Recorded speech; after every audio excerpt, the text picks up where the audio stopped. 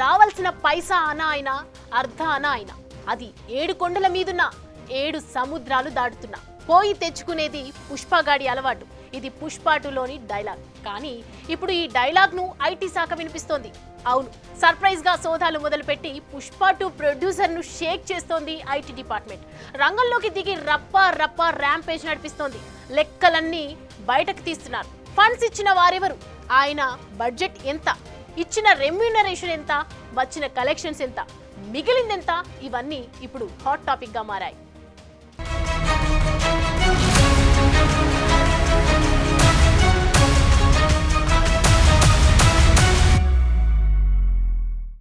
దమ్ముంటే పట్టుకోర షెకావత్తు, పట్టుకుంటే వదిలేస్తా సిండికేటు.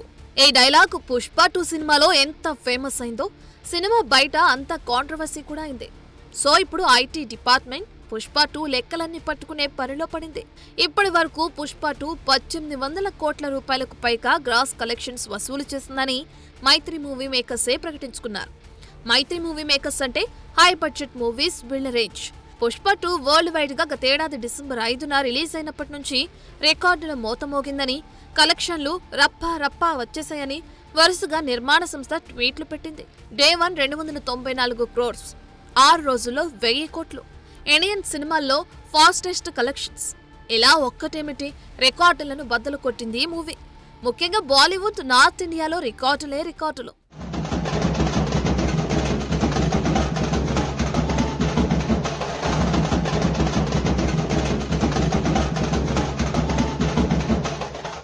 రికార్డులన్నీ బాగున్నాయి, డబ్బులు బాగా వచ్చేసాయి.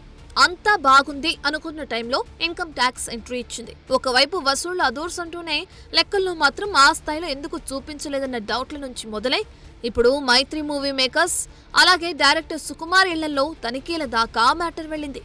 ఆదాయాలపై బయట జరిగిన ప్రచారాలు ఒకటైతే అందుకు తగ్గ సోర్స్ ఎందుకు చూపించలేకపోయారు, అనుమానాలకు తావిచ్చేలా ఎందుకు వ్యవహరించారన్నది ప్రశ్న.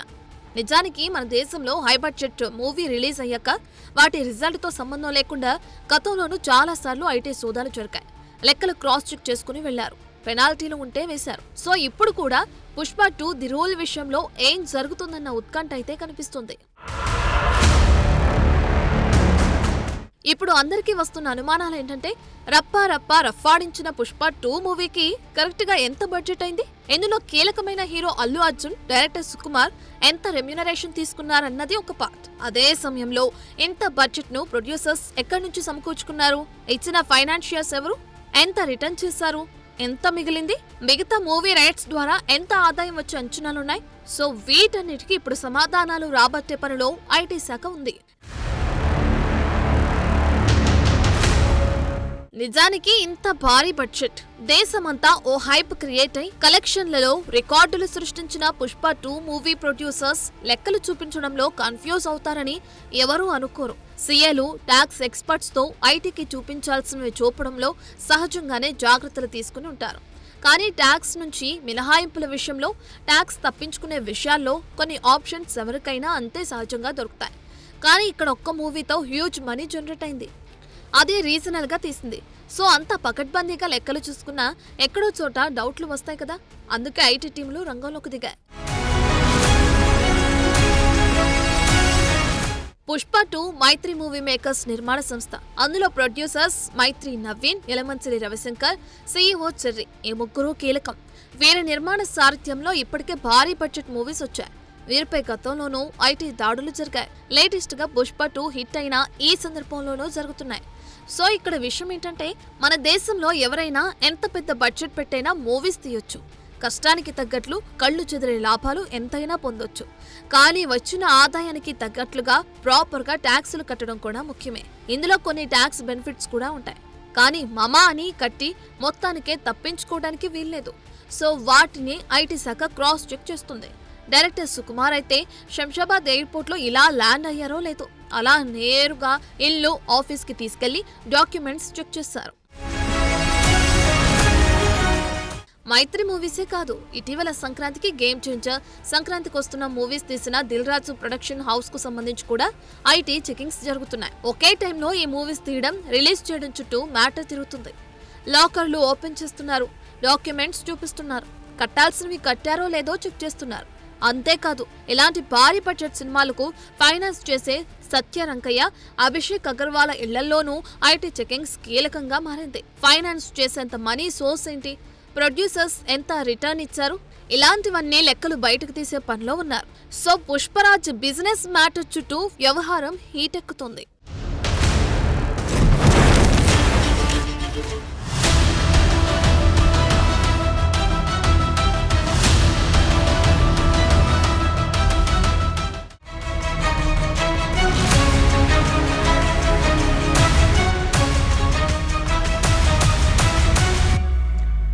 సినిమా లెక్కలు చాలా వరకు అర్థమైనట్లే ఉంటాయి, కానీ అర్థం కావు. ప్రొడ్యూసరే మొత్తం బడ్జెట్ పెట్టాలి, కానీ ఇందులో ఎవరెవరు ఎంత తీసుకుంటున్నారు, ఏ లెక్కలను ఏ ఖర్చులో చూపిస్తున్నారు, సర్వీస్ ట్యాక్స్లు, రాయల్టీలు, తెరపై కనిపించని హక్కుల రూపంలో వచ్చే లాభాలు, ఒక్కొక్కటేంటి లెక్కకు అందనివి చాలా ఉంటాయి. మరి వీళ్ళు సరిగ్గా ట్యాక్సులు కడుతున్నారా లేదా అన్నది చూడాలంటే ఒకరిద్దరితో అయ్యే పని అయితే కాదు. అందుకే ఇప్పుడు పుష్ప 2కు వచ్చిన లాభాలకు తగ్గట్లు ట్యాక్సులు కట్టింది లేనిది క్రాస్ చెక్ చేస్తున్నారు ఐటీ అఫీషియల్స్.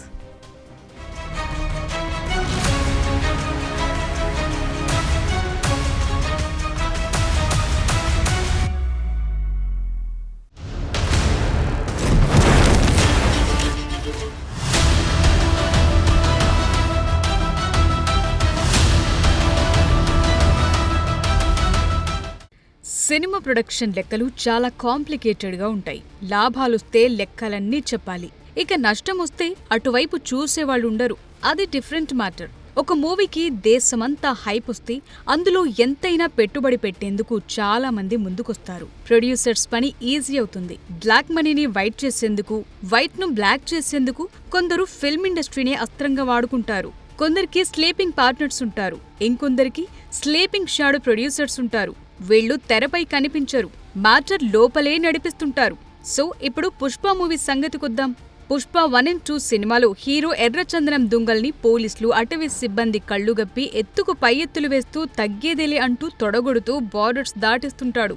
సో ఇప్పుడు మూవీ ప్రొడ్యూసర్స్ కూడా ట్యాక్సుల విషయంలో అదే ఫార్ములా ఫాలో అయ్యారా అన్న ఆరోపణలు గుప్పమంటున్నాయి. అందుకే ఐటీ దాడులు జరుగుతున్నాయంటున్నారు.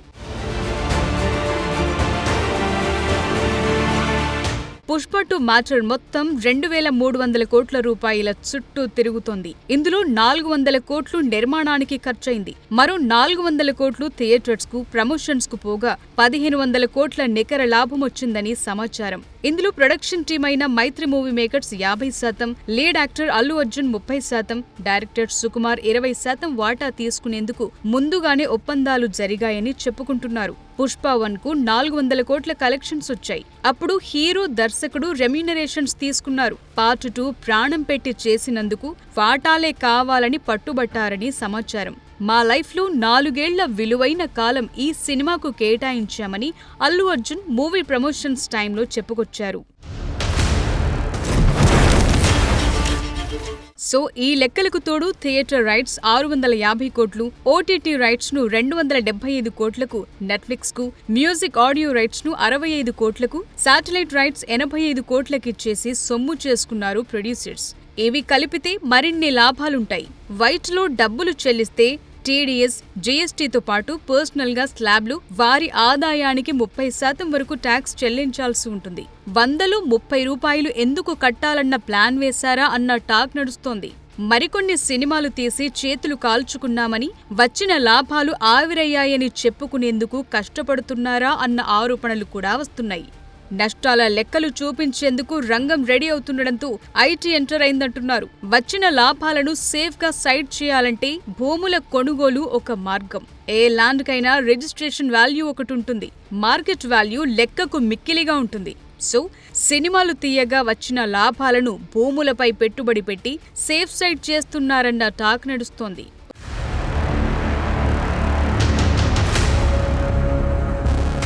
పుష్ప 2 సినిమాకి 1500 కోట్ల రూపాయల నికర లాభాలకు 18 నుంచి 30% వరకు వివిధ స్లాబ్స్ లో పన్నులు చెల్లించాలి. వీరికి డబ్బులొచ్చినా తీసుకున్న కొత్త చట్టాల ప్రకారం కనీసం 25% ఇవ్వాలి. మరోవైపు గల్ఫ్ నుంచి హవాలా మనీ కూడా వచ్చిందన్న ఆరోపణలు ఫిలిం నగర్ లో చక్కర్లు కొడుతున్నాయి. ఆ లింకులు ఐటీ శాఖ పసిగడితే ఈడీ కూడా ఎంట్రీ ఇచ్చే ఛాన్సెస్ ఎక్కువగా కనిపిస్తున్నాయి. నిజానికి ఫిల్మ్ ఇండస్ట్రీ ట్యాక్స్ ఎగవేతలపై గతంలో పార్లమెంటులో సభ్యులు ప్రశ్నలు కూడా అడిగిన సందర్భాలున్నాయి. ట్యాక్స్ ఎగవేత అడ్డుకునేందుకు కమిటీలు వేస్తున్నామని, స్క్రూటినీలు జరుగుతాయని అప్పట్లో కేంద్రం నుంచి సమాధానమొచ్చింది.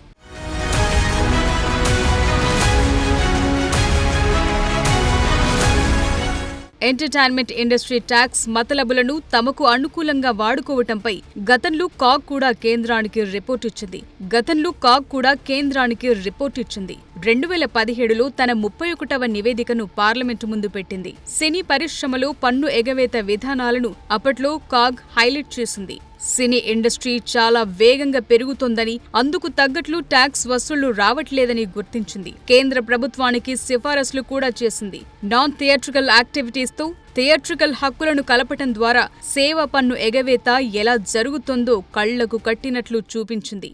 ఆ రిపోర్టులోనే 2015లో జూనియర్ ఎన్టీఆర్ నటించిన Nannaku Prematho movie service tax అంశాన్ని ప్రస్తావించింది.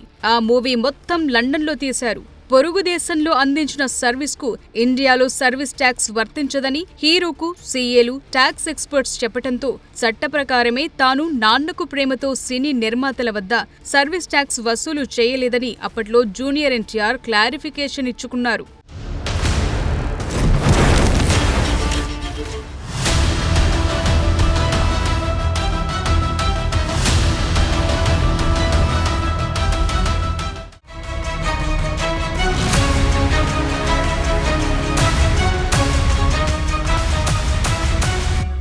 ఇటు చూస్తే పుష్ప 2కు కళ్ళు చెదిరే లాభాలు వచ్చాయి. అటు చూస్తే లెక్క తక్కువైతే ఊరుకోభం అంటుంది ఐటీ శాఖ. మరి ఏం జరుగుతున్నదన్నది చూడాలి.